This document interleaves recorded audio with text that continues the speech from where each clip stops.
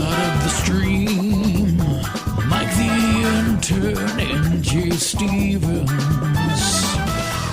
watching documentaries so you don't have to. 104.7 The Cave. Mike the Intern. That's Jay Stevens. And we're here for Dark Side of the Stream. Interns out there grooming. Episode 228 this week was Jay's pick on Netflix. It's called Sons of Ecstasy. It's a crazy good story. Sammy the Bull, first of all. We'll see how personal Jay and I want to get about this drug. But before we do that, it definitely talks about the ecstasy boom that happened in the early 2000s. And if you were in high school or college at that point, or after, in some people's cases, chances are you probably may have or tried that drug in the realm of years between, early 2000s. I'd say about club scene, I'd say love about drug. 15 would be about the end of it. But chances are, if you did that drug through that period of time, it probably went through these guys' hands. These guys were moving a lot of pills. I mean, it was I think they were clocking 500,000 a week. It was over 30,000 pills a week. Euro kid, this is where the stuff's made. Amsterdam and stuff, they make all this stuff. That was the connection. But what's crazy about this story is it's like a part two of a criminal life. If they had just done, because the story is it's not just about him, but the fact that this guy who had been a soldier, an enforcer, basically everything that you can be in a mafia family without being the Don. Yeah. Like this guy did it all. He had already served his time for killing. Right. And then gets out. Witness protection program. Yeah, then gets out, and his kid's like, "Hey, Dad, I got this idea. You want to go into business together?" And what they did together, I could never see myself teaming up with my children doing something like this. Yeah, that's one thing for sure. And also, it's like you already got off pretty easy for the life that you led. I would just hide in the shadows from there on out. Some people just don't care. Some people just ride the line. You got out. You got out alive. B, you got out for barely doing any time for literally being like an enforcer for multiple murders mob that the FBI knows about. That's mob. The thing, not some local gang. The mob. But that's the thing. Like the FBI knew what they know about him, what they don't know about him. And right, you know how many more things that he skated off on that he didn't get caught for? Huge. But we'll talk about that next when we come back. Dark Side of the Stream, 104.7 The Cave. Dark Side of the Stream, Mike the Intern and Jay Stevens, watching documentaries so you don't have to. 104.7 The Cave. Mike the Intern, Jay Stevens back in the studio, Dark Side of the Stream, episode 228. It's the Sons of Ecstasy on Netflix. And before we go any further in the story, I wanted to give a personal anecdote, and that is I was a very adventurous child, well, up until the fact that I had a kid, pretty much. But in late high school, early college, I was friends with a couple. And one of them was HIV positive. Okay. And they liked to party a lot.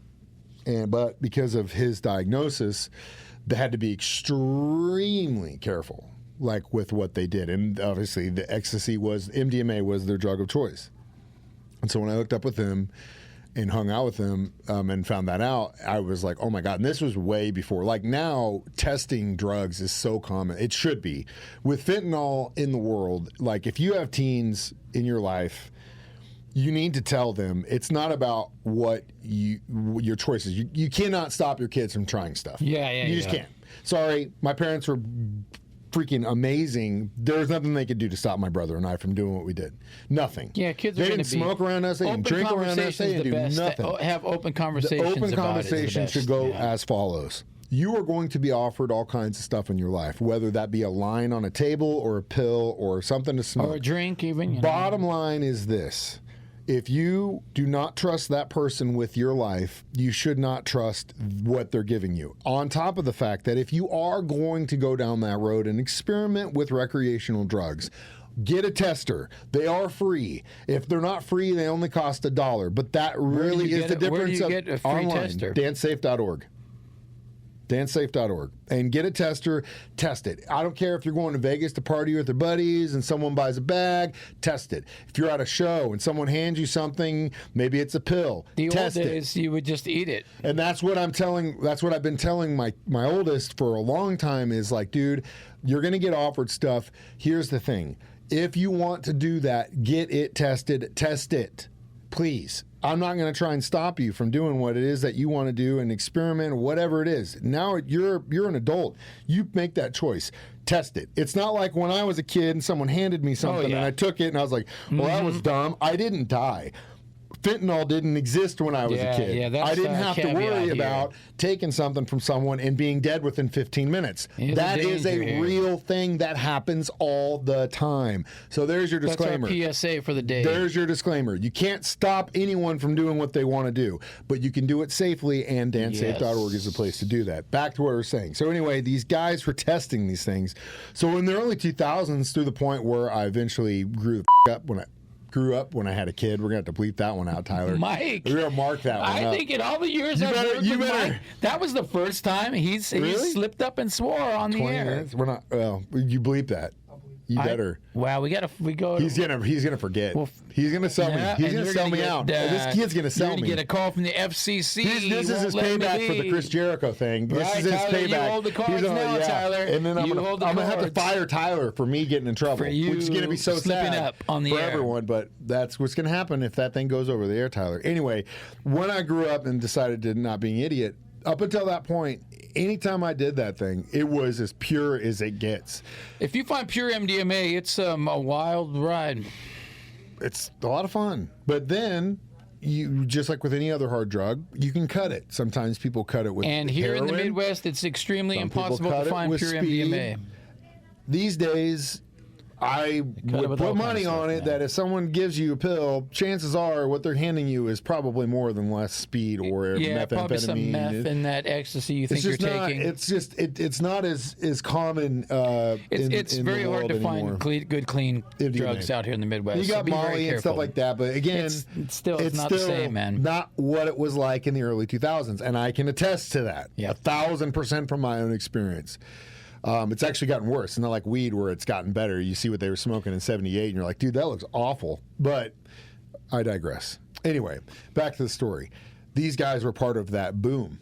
I mean, hands down. The club scene, it was kind of a whole movement where like techno was growing, the club scene, ecstasy hit the market, and boom, it was like a cocaine explosion of the late 70s. Yeah, and now I missed all that because at that stage in my life, I was living in Hawaii and being a dad and singing in a rock and roll band at night. I wasn't part of that whole scene. So way later, I was always nervous about that drug too because I thought it was the love drug and this and that. I stayed away from it all. Wasn't until later in life that I tried that stuff. You're cautious for what you say. You're cautious. Like how that was a very extremely nice, soft way to enter the conversation. Yeah, without putting yourself on blast. I feel like. But I am a fan of can we just get back real quick about this documentary is about Sammy the Bull Gravano, former mob enforcer, who kind of ratted on the mob, but that's kind of a blurry line story. But anyway, it was in witness protection. His sons get involved with dealing ecstasy, and then he kind of gets involved. Son was already doing it, and then they wanted to go bigger. Eastern European connection. They wanted to go bigger, and then they knew that if they really wanted to get the connections Daddy had to make it go further, that's the way. There was a competitor in town who was the main man, and they wanted to try to take over his empire. And Sammy the Bull was the one to tell him how to do that. But it wasn't just him and his kids. It was actually pretty much everyone in the family, and we'll talk about that next. Dark Side of the Stream on 104.7 The Cave. Dark Side of the Stream, Mike the Intern and Jay Stevens, watching documentaries so you don't have to.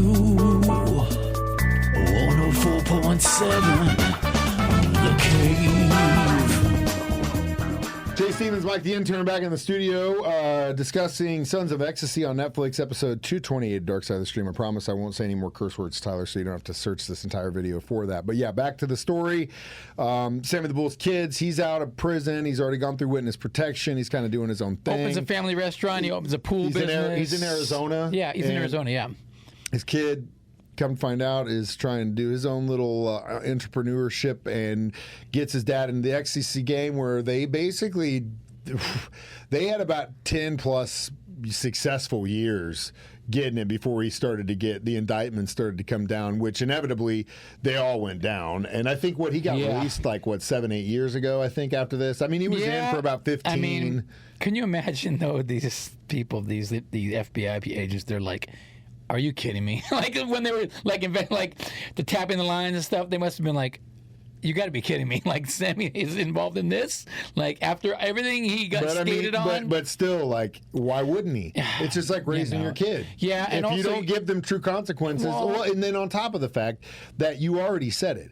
You watch videos of this guy on YouTube or very TikTok, likable and he's guy. Extremely likable. Even he's telling stories of killing people, he's a very likable guy. But literally in that conversation, when they pull out a gun and put a bullet in your face, that type of person that can disseminate that, where you and I are talking, and then all of a sudden I just pull out a gun and put it in your face, no problem. That's a psychopath, dude. That's crazy to me. But also, if you know only one life, it's very hard to that's what he was. Get out That's of what that he life. did. Yeah. So I mean, it's very hard because you know it so well, and you're like, I know this could be a very easy money flip for sure. You know. Did you ever see the movie My Own Blue Heaven with Steve Martin and Rick Moranis? My Own Private Idaho, I did see. You should watch My Own Blue Heaven. It's the same kind of deal where he turns witness, state, and then starts running what is he doing? It's like a fencing thing. Yeah, they run he ran a pool company. He does have a restaurant in Arizona, a little family restaurant, but it's all, I'm sure, money fronts, you know. And I mean, who isn't? I mean, whether it's legal or illegal, everyone's trying to get the piece of it. This radio station's probably money front for me and you. It's just the money part's not working out yet. The front's working out. The money part's not. We're the ones cleaning the money. We don't know where it comes out. Right. Wait a minute. We're involved in the process. Anyway, we're going to be back. Ultimately, they all got indicted, and it's just a crazy story. It's a cool, fun story. It's a good story. It's a good read. Interesting characters. We'll come back with our reviews next. Dark Side of the Stream on 104.7 The Cave. Dark Side of the Stream. Mike the Intern and Jay Stevens. Watching documentaries so you don't have to. 104.7 The Cave. Jay Stevens, Mike the Intern, back one more time. Dark Side of the Stream, episode 228. Talking Sons drugs. of Ecstasy. I'd give it a solid 3.5. Yeah, I think so. This is pretty good. It was short. 3.5 purple ecstasy pills. We'll give it. Again, it was a crazy time. I never thought that at this point in my life, I was growing up and you look back at like the disco era and you see like pictures of just people just zooted out of their mind, like just doing and it came around copious in the 90s. amounts of cocaine. It'll probably come around again, another cycle. And then later on in life, you're like, oh, and they're talking about the period of ecstasy in the early 2000s, and I'm like, oh, I was part of that. You were part of that. So I guess that's what it feels like. Yeah. I didn't know. You were part of that. I was part of that. You were part of a scene, Mike. You were involved in the community. Well, I've been part of multiple scenes. You were involved in the community. What's the pick for next time? Next week, we're going to do a documentary that is on Hulu.